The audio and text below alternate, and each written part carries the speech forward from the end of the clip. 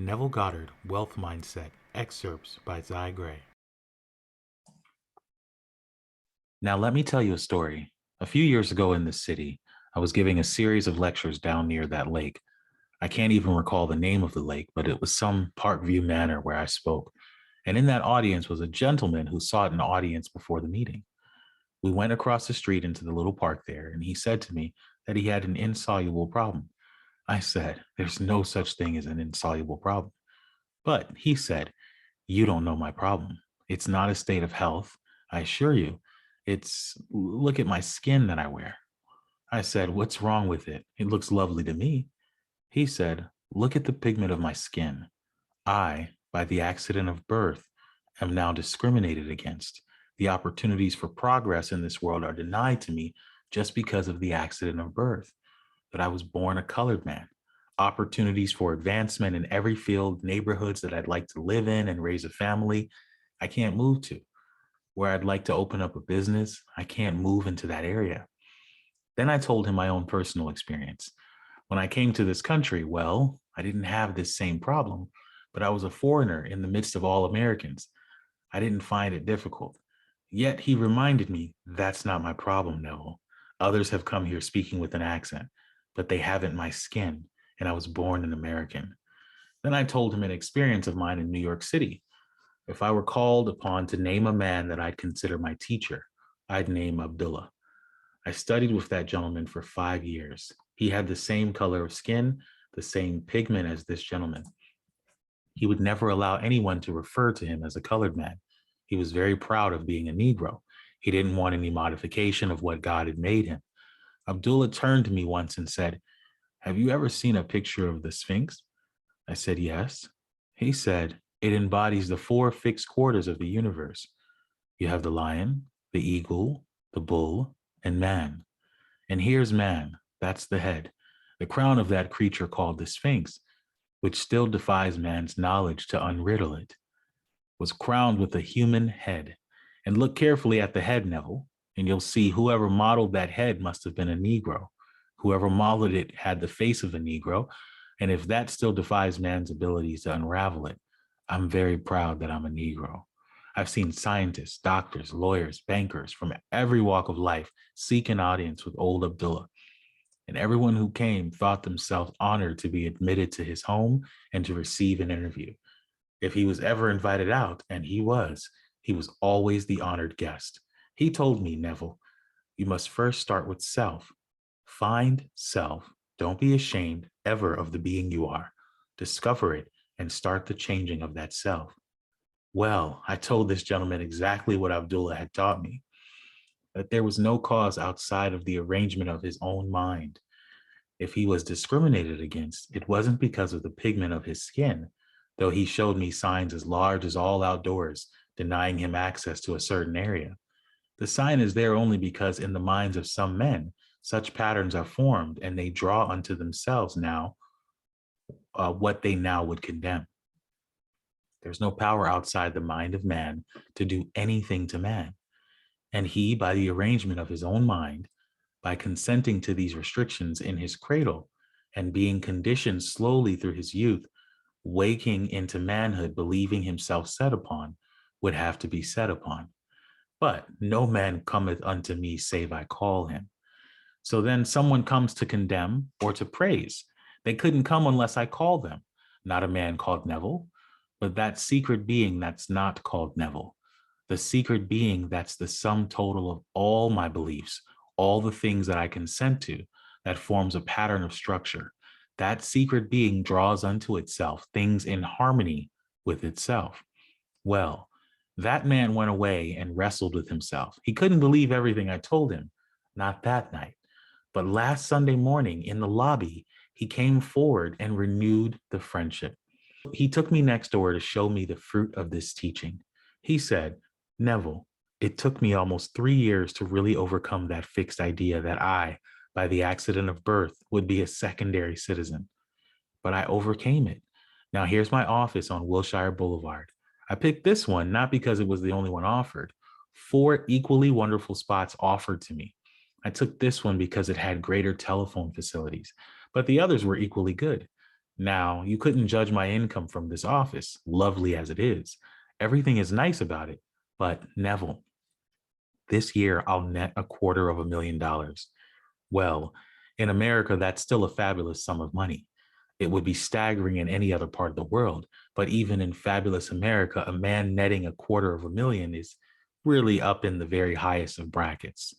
And that was the same man that a few years ago told me the whole vast world was against him by reason of the accident of birth. He knows now he is what he is by the virtue of the state of consciousness with which he's identified. And the choice is his to go back to the restrictions of his childhood when he believed the story, or to continue in the freedom that he has found. So you and I can be anything in this world we desire to be if we'll clearly define our aim in life and constantly occupy that aim. It must be habitual. The concept we hold of self that is noble must not be put on just for a moment and taken off when we leave this church. We feel free here. We feel that we have something in common. That's why we're here. But we are going to wear the noble concept we now hold of self when we go through the door and enter that bus, or we're going to return to the restrictions that were ours prior to coming here.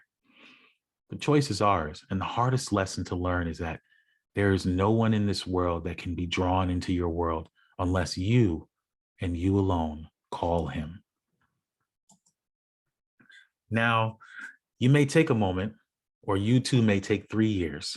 I can't tell you how long it's going to take you, but I'll tell you this much. If it can be measured by the feeling of naturalness, you can wear a feeling until it's natural. The moment the feeling becomes natural, it'll begin to bear fruit within your world. I told this story at a small gathering here in the city. Not many asked questions about it, but 3 people said, but he must have had money before. He must have known the right people. He must in some way have had some substance to start it. How can you go out to loan $1 million and call that a real fact, that you have that to loan, and tell me you didn't have someone who had it, or you yourself didn't already have it? I didn't ask the gentleman about the individual facts of the case. I went into his office. I saw it. I didn't look at his books. He volunteered this information, and he gave me the figure of $250,000 net for the year. I haven't checked or in any way verified the statement. I believe it implicitly. I'll not go along with those who believe that unless you have certain things to start with, you can't apply this law. You can start now from scratch and choose the being you want to be. You aren't going to change the pigment of your skin, but you'll find your accent or the pigment of your skin or your so-called racial background will not be a hindrance. For if a man is ever hindered, it can only be the state of consciousness in which he abides that hinders him.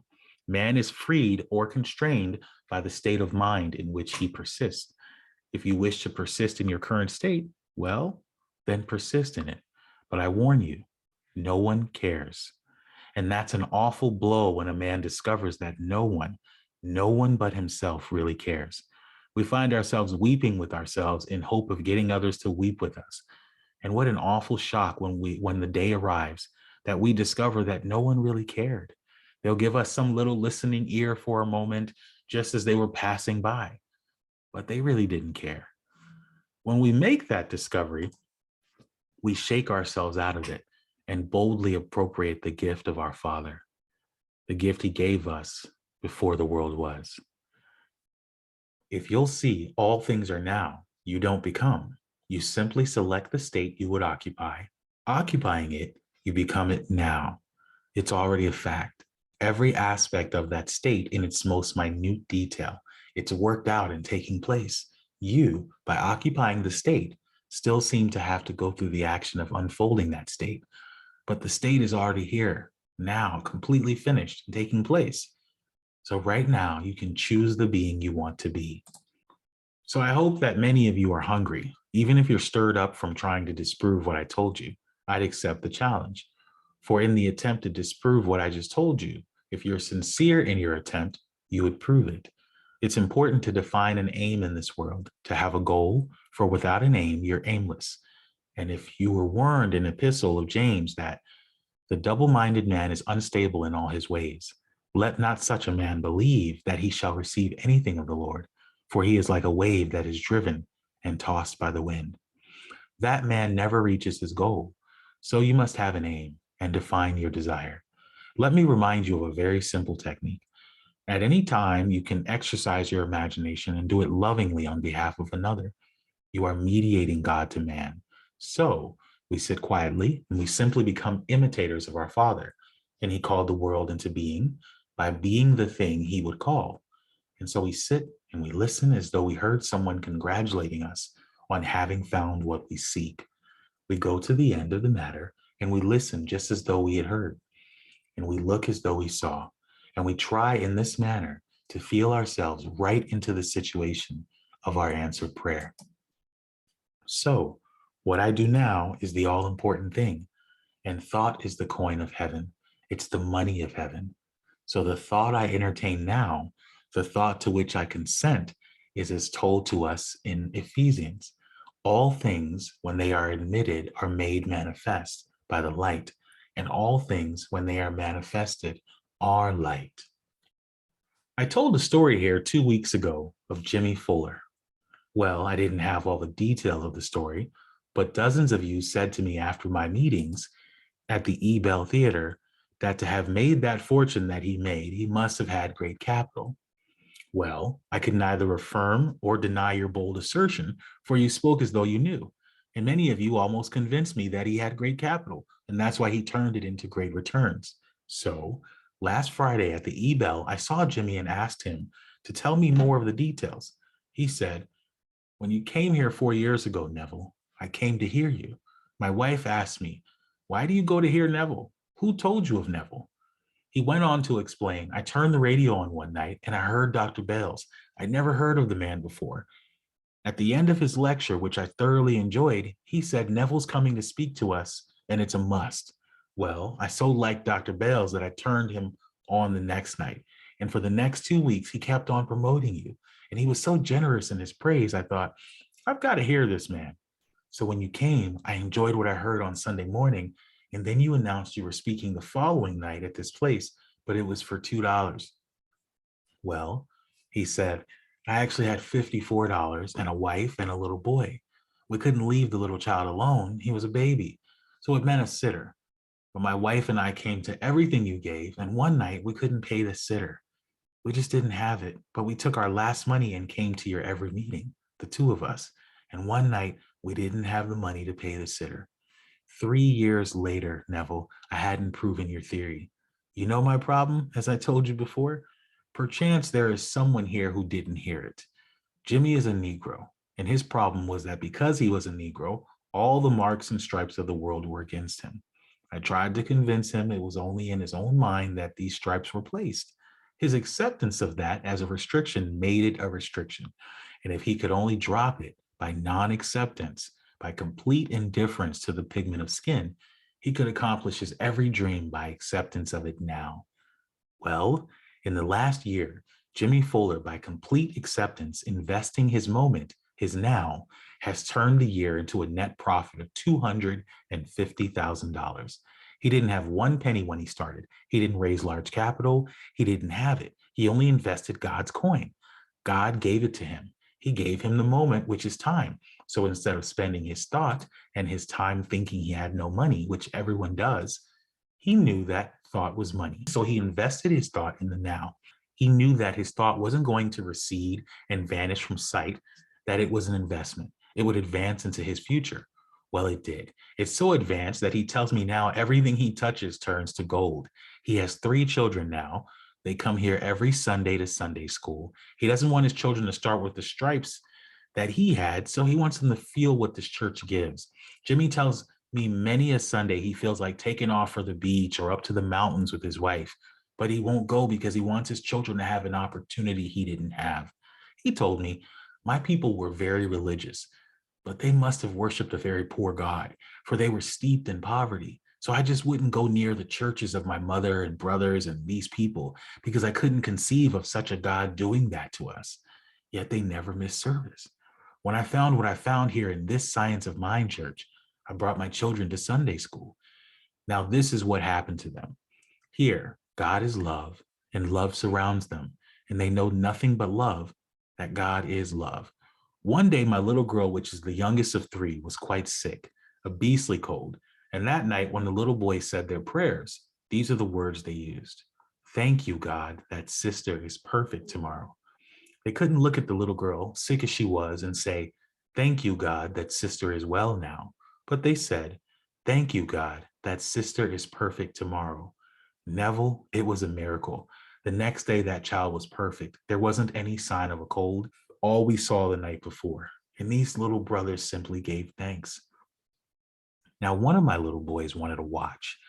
I wouldn't give him the watch. I could have bought him thousands of watches, but I want my son to learn a law which I didn't know until recently. So he filled his mind with the possession of a watch, and he spoke of the watch as a live watch, one that ticks, one that's alive, not a toy. So then he filled his mind with the possession of the watch. Then on his way to school, he found a live watch. Now he knows the working of the law, that the complete acceptance of the state in consciousness must result in an externalization of the state accepted. So if he accepts the watch, he doesn't need to turn to his earthly father as the medium through which the watch will come. I don't want to think for 1 second he has to point to his mother or his father as the channels through which his good will come. I want him to recognize an infinite father, the father of us all, who gave to him as he gave to me everything that I'll accept. I want my children to learn it as I have learned. Yes, I could shower them with gifts, but they'd look to me as the only channel through which it will come, that I must not accept. So you should see the little boys and little girl actually live by this law. God to them is love and the only reality, and love surrounds them. So they never miss the Sunday school here. Then he went on to tell me all the other wonderful things that have happened by the mere acceptance of this law. He said, the getting of my car, this convertible Cadillac, I treated it loosely. I sat quietly in my living room and imaginatively drove my Cadillac, and I simply treated it loosely. I didn't put any real effort into it. I accepted it. And then when I decided to get it, I simply put in 3 telephone calls. And that day I was driving this car, Neville. Now, everything happens just like that. Today, instead of going to my office and working in the office, I work behind the scenes. I sit all day and I hear the report that's good for my employees. My entire office staff must tell me good news. It's the only thing I'll allow myself to hear. I ride my car, I'm in the office. I'm at home, I'm in the office. But I'm only hearing good news. And seldom do I go to the office physically to do office work. I'm behind the scenes, only hearing good news. So I've completely forgotten the so-called pigment of my skin, Neville. And honestly, I can tell you today, I feel that I'm blessed beyond all men because I was born a Negro. I'm so proud to be born a Negro. I'm proud I am one. And here's another part of the story that will interest all of you. Jimmie told me I had some property to dispose of. I had certain things and investments for those who had money. So I advertised them, and a man called me on the wire. He saw the ad and he asked me if I was the gentleman. So I told him I was the one who had the property. The first thing he said to me was, I don't want any nigger property. Jimmie continued. I didn't answer, as if I hadn't heard the word. If he wants to be prejudiced, he can be prejudiced. That's his right. He wants to be silly about it. That's his right. He can spend. He need not invest. So I said, it's perfectly all right, sir. I have all kinds of property. I have all kinds of things for your investment. A week later, he called me up and said, will you come and see me? So I went to see him.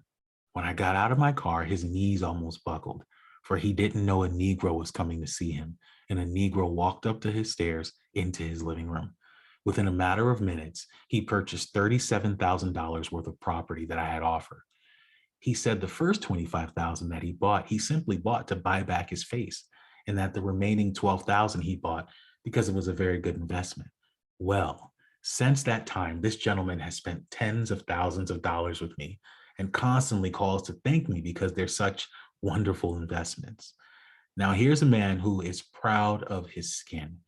Jimmie has no prejudices because that's spending time he can't afford to spend. So in harmony with the revelation given to my wife, let us all now stop spending our thoughts, our time, and our money. For everything in our life must be an investment. We know the truth. This platform radiates the truth. You're told that everything proceeds out of your own consciousness, and that what you and you alone accept as true will externalize and mold itself in your environment. All the conditions that you encounter will simply bear witness to the state you've accepted. Well, if you don't like what you're encountering, then stop spending and learn the art of investment. For every moment of time is an opportunity to invest, not spend. Yet, on the other hand, you and I are free. We're free to waste every coin in the world. For that, we have a right. We're free beings. We can spend, we need not invest. But if you know you can invest, why not choose the wiser way? We're told in the 30th chapter of the book of Deuteronomy, the commandment I command you this day is not hidden, and it isn't far off. It's near unto thee. It is in thy mouth and in thy heart. Now I set before you this day life and good, death and evil, blessings and cursings. Choose life, choose blessing. But the choice is ours, for we're free. He sets before us this day, this very moment, a commandment. He sets everything before us. It's not far away. It's in our tongue right now. And before me now is a blessing or a curse. I can accept the fact that you don't like me. It doesn't matter. You may actually love me. But if I accept the fact that you don't like me and don't like the teaching, I'm spending my time. Tomorrow you'll prove to me that I've spent my time by your behavior relative to me. On the other hand, if I accept the fact that you do like it because you're proving it, then I have no doubt in my mind that you couldn't do anything other than contribute to this teaching. So it's up to me to either bless myself or curse myself. I can choose life or I can choose death. I can choose the good, but I'm free. I can choose the evil. It's entirely up to me. But if you and I love this, accept it, and believe it, then we're wise indeed if, knowing the whole is before us, we go out determined to become investors, not spenders, not wasting and squandering our substance, but laying it out for a purpose. Every moment, become conscious of that moment. What are you doing? I'm accepting now the fact that I'm a noble, dignified, wonderful being, that my Father is proud of the Son who is like him. So I'll not hear or accept as true anything other than that which contributes to the noble concept I hold of myself. I'll see that I'm secure, and maybe a headline would startle the world, but I'll not accept it. For if I don't admit to it, it can't proceed out of me. For all things, when they are admitted, are made manifest, none unless they are admitted. So I'll repeat it through the doorway of now, because Jesus said, I am the door, I am, is always first person present, not I was the door or I will be the door. I am the door. I am the resurrection. When a man learns the art of thinking from the end, that man is master of his fate, for he defines his end. He formulates an aim in life and then feels himself right into the situation of that end. You must stop spending your time, your thoughts, and your money, for everything in life must be an investment. Neville Goddard, The Wealth Mindset, Excerpts, read by Zy Gray.